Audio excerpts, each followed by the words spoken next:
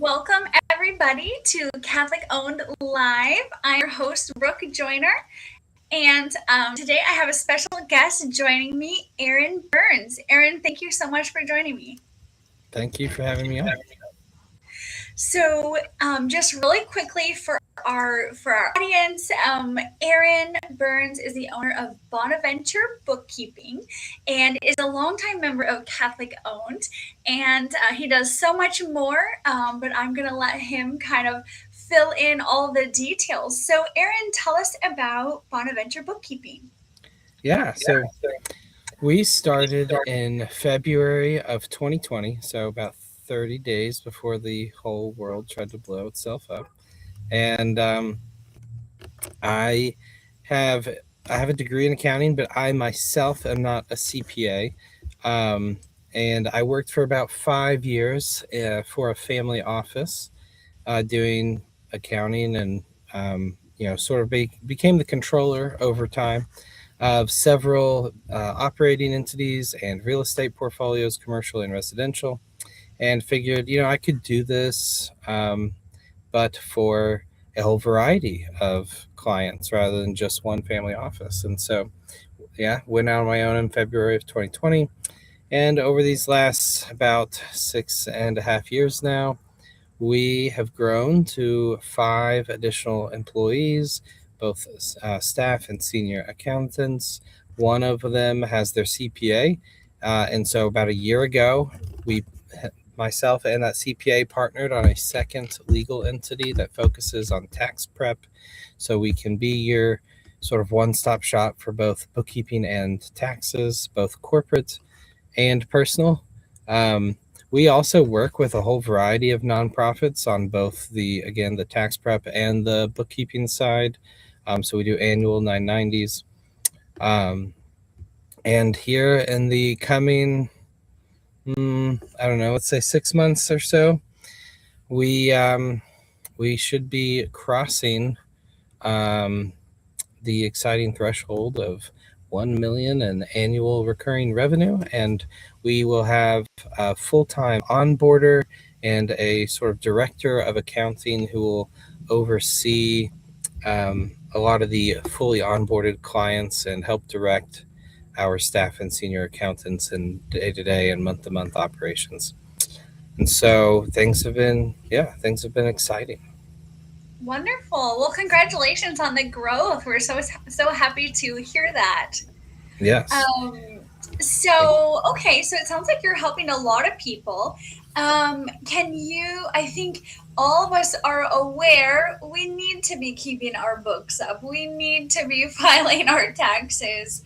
But I think that it is also one of the tasks that is so easy to put off Hmm. until something is on fire or the Yeah. deadline is approaching. Um, can you share with us, is that a good approach? Yeah, not the best. And I would even argue, like, I get from a tax perspective, I get that it's compliance oriented, and so you're looking to do the minimum amount of effort on it. Um, and so I can respect that, and and we do offer tax planning services for those who are higher income and have a business and have ways to kind of like navigate tax law. But for what it's worth, on the bookkeeping side, we offer like a really small basic package that you could kind of see it as more like compliance. There we go, compliance. um, but really, I would say more than half of our business are people and small businesses and medium-sized enterprises that don't want to just use us for the bare minimum of compliance and, well, at least I have my numbers so that I can file this tax return or whatever. But people that want us to assist them in invoicing their customers, paying their bills, processing payroll.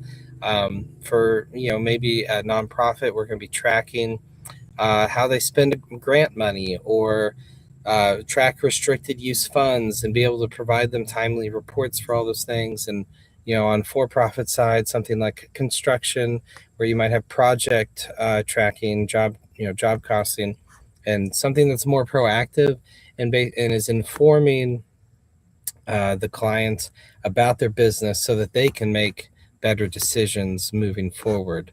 And that, I think, is the real kicker for our services, is that um, is it a lot of people, a lot of small businesses kind of go off, do they have money in the bank?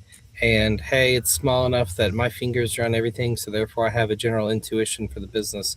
But learning to understand the actual financial statements for your business, um, it changes things, and it very much allows you to make even better decisions for your organization. So Absolutely, absolutely. Well, and I guess, what would you say to, I'm just thinking of, because obviously we have a great bookkeeper, and like that's extremely important. And I also have a degree in business, so I took, a certain, a little the bit of four accounting. accounting classes or Yeah. whatever that are required. So it's kind of funny. I actually enjoy bookkeeping. Yeah. And so that was something that it said, I mean, I can do it. I don't mind doing it. Obviously there's a certain degree of tedium. And we obviously use a software that brings the transactions in, so we're not having to do individual entries. Yeah. But I But, remember in past, just like a lot of people can, a lot of business owners are like and can do SEO or other, areas of advertising, but they know that they still have a business to operate, and that at a certain point in time, even without becoming a medium-sized business, your small business still just, you have to allocate your time. There's not an infinite number of hours and minutes in a day, and so I think, by definition of what we do, we're fractional. I don't always advertise us as like a fractional accounting department, but that is in essence what we are. And so, because we're fractional, we are cheap in a certain sense. I mean, if someone's big enough to be a big client for us, we're still less than a full-time salary for what you would, for similar experience. And going all the way down to an entry-level package with us, where it's like $300 to $500 a month. It's like, I mean, annualize that, and then try to get someone with full-time, robust accounting knowledge to do that for you routinely. That's hard to do. So it is. It is. And, I'm glad that you mentioned the project costing, because that is, as businesses, obviously depending on the type of business, but as the businesses continue to grow in size and complexity, I think that that's a function that even non-construction companies can and should be using. And I remember a previous business, I did the books until we outsourced it for that business. Project costing in QuickBooks is not intuitive. no, it's not. Sometimes you just gotta know your way around a menu. Yeah, yeah. So I think, so there's a lot of value out there, and I just think it's great. And it's great to see you thriving.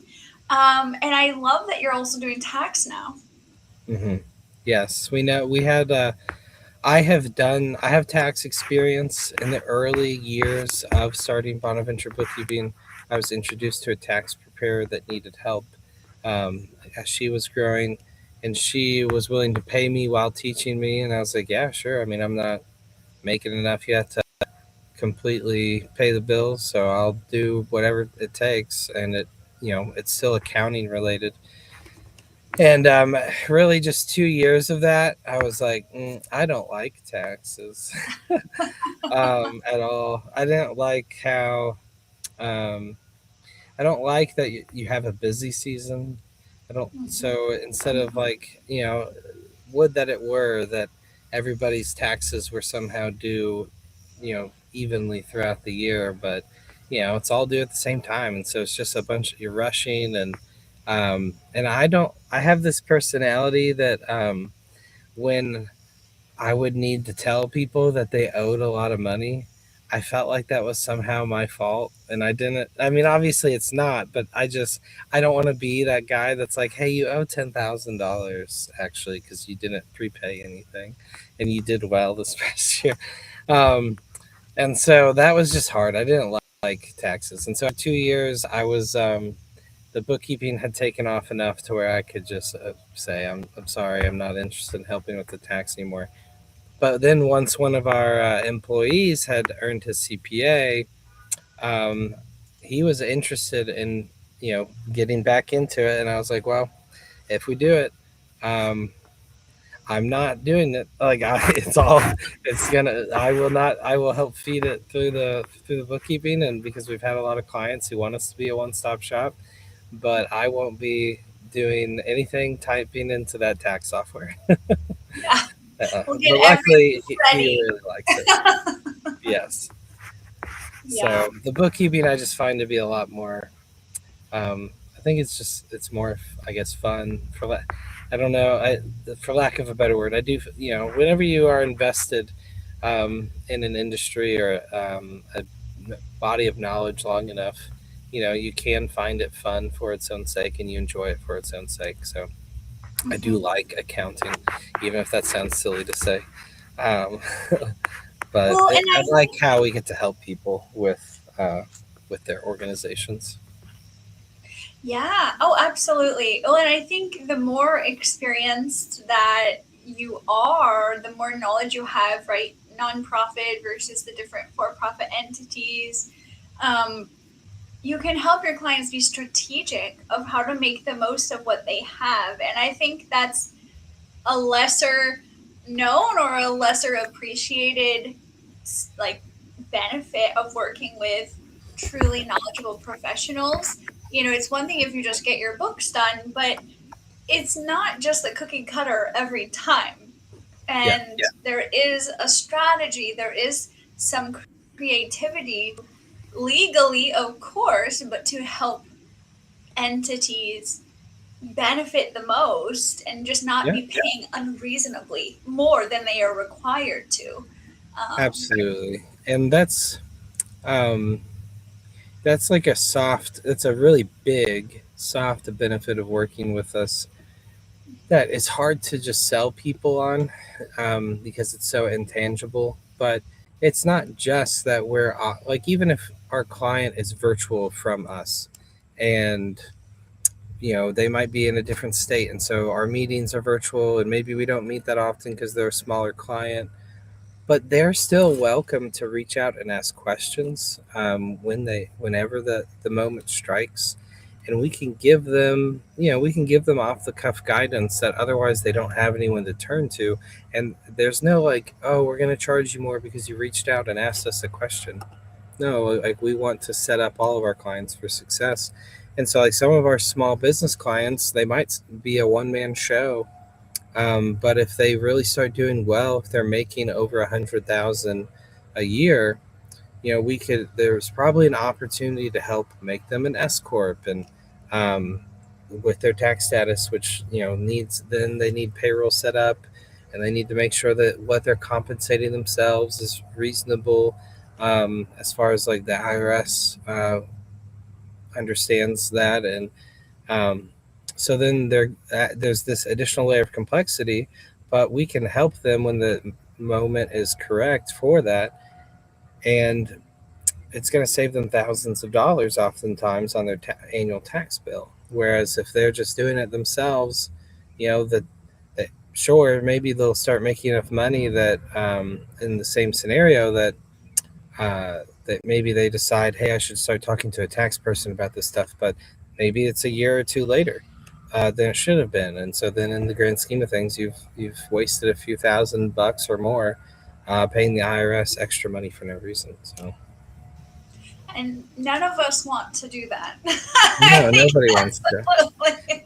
And the IRS knows that you don't have to. It's explicitly somewhere in the tax law that says, um, you are allowed to try and pay as little as possible in taxes legally, So, Well, and I think it's important for everyone, both personally and professionally, to work on that, because really, in the grand scheme of our mission at Catholic building the new Catholic economy, we need to be good stewards of the resources we have. And mhm, throwing money away on taxes we didn't have to pay is like one of the worst ways. yeah. We would rather donate that, right? Or Hmm. do something meaningful with that. Hmm. Whether it's $500 or $100,000, it doesn't really matter. Yeah, especially in a moment in time when most Americans, it seems, don't even have $500 in their emergency fund. It's like, well, then we don't need to be paying it to the IRS either. Yeah, absolutely, absolutely. Well, I would love to also touch on your podcast, Yeah. because I know you put out a ton of episodes and they are all so awesome. So, can you tell us about your show? Yeah, so it's called Visions and Ventures, just because I like alliterations, and and not everyone we have on is a venture. They have a vision for a better future. Our nonprofit clients, so those are the ones. Probably half or more of the episodes have been nonprofit clients, and it's kind of just Joe Rogan style. Just have someone on, talk about themselves, talk about their lives, talk about talk about their organization and how they came to be with that organization or how they started it. And so um, we've had Holy Angels Academy on. That's a Louisville, like an independent 501c3. So they're not a diocesan Catholic school, but they have a good relationship with the Archdiocese here. And they are an independent Catholic school, just trying their best to pass along the faith and give a high quality education to Louisville Catholic kids. And um, yeah, so we have for profits on too, and we talk about the same thing, their lives and their business. And I just like it to be really an opportunity to just highlight my clients. It's kind of supposed to be a soft value add, so to speak, for the people that I do manage to get scheduled to come on, and show appreciation to them for working with us. I think like maybe half the episodes I've had the opportunity to like kind of be like, yeah, tell everybody how great Bonaventure bookkeeping is. But that's not, it's really just a moment in the podcast for the most part. I just like to talk about the clients because I get really invested in our clients, and I oftentimes start talking about them using like possessive language, like how's our how's our revenue doing and stuff like that, to where I view us as part of their team even though we're third party contractors to them. um, so I take pride in a lot of my clients, and I like to see people know more about them. That's wonderful. That's wonderful. And it's on your YouTube channel, right? Which it Yes. is in the Yeah. description. Um, but it's at Visions and Ventures podcast on YouTube, right? Yep. And Awesome. the channels, I think, I don't yeah, that's the handle, but then I think the channel is technically named Bonaventure Bookkeeping, but maybe, I don't know, one or the other. You could probably search both together to make sure you find it, and just click the link. Right, exactly. Check the link in the description. Okay, well, wonderful. Well, I guess what's one thing you would like viewers to be left with as we're in August of this year? Yeah. Um, what would you like them Well, to know, or a bit of advice, however you'd like to wrap up? yeah. Well, I would just like people to know that we can work with anyone in the United States. Yes, we are based out of Louisville, Kentucky, and the majority of our clients are in Southern Indiana and Kentucky.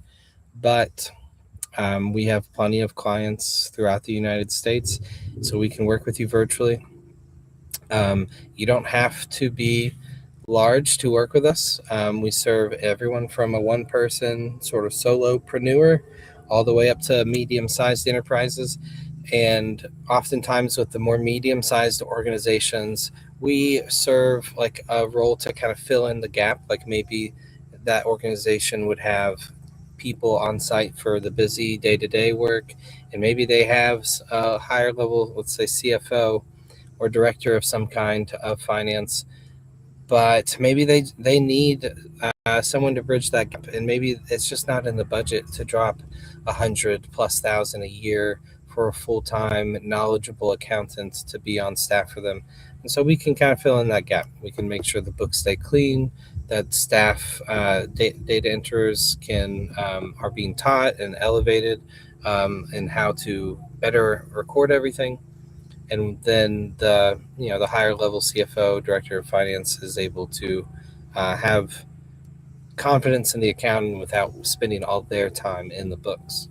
And again, we work with for-profits and nonprofits, and we love to work with Catholic nonprofits and just Catholic business owners that are looking to be virtuous and excellent in what they do for a living. Wonderful. And it's never too early to start planning for taxes. So get caught up now so you're not racing in February. Yes. I mean, we are always picking up new clients, whether that's January and they're asking us to do the entire prior year's worth of accounting, or now, and they're just like, yeah, maybe the books are half up to date, half not, but we can go ahead and get that dealt with now and get into a good monthly cadence. So yeah, catch up now and then keep up. And then just keep it up, and then it's no longer something you stress about, and it's something that helps elevate your knowledge of your business. So yes, absolutely. It's such an important tool for decision making, especially as we're starting to plan for 2027. Having that knowledge is such a powerful tool to be able to make meaningful projections. So obviously a big fan of keeping the books up to date. Thank you so much, Aaron, for being my guest. This has been great to catch up and share a little bit more about your approach to keeping your clients' finances in order. And just for our audience, remember, check the description. There's the website, which is bonaventurebooks.xyz. Is that right, Aaron? Actually, it's like a shorthand. So our website is Bona Book. So it's the first four letters of Bonaventure. No, you're okay. It gives me a chance to even explain why it's so weird. Bona Book. So the first four letters of Bonaventure, first four letters of bookkeeping, bonabook.xyz. That's the website. So bonabook.xyz. Okay, perfect. And then Bonaventure Bookkeeping on YouTube as well. So be sure to reach out. And thank you to our audience for joining us live. This has been Catholic Owned Live, the show where we talk honestly about faith, work, vocation, and what it really takes to build the new Catholic economy. I'm your host, Brooke Joyner, and I'll be back with you again next week with another wonderful guest. And until then, I hope you have a wonderful weekend, and God bless you.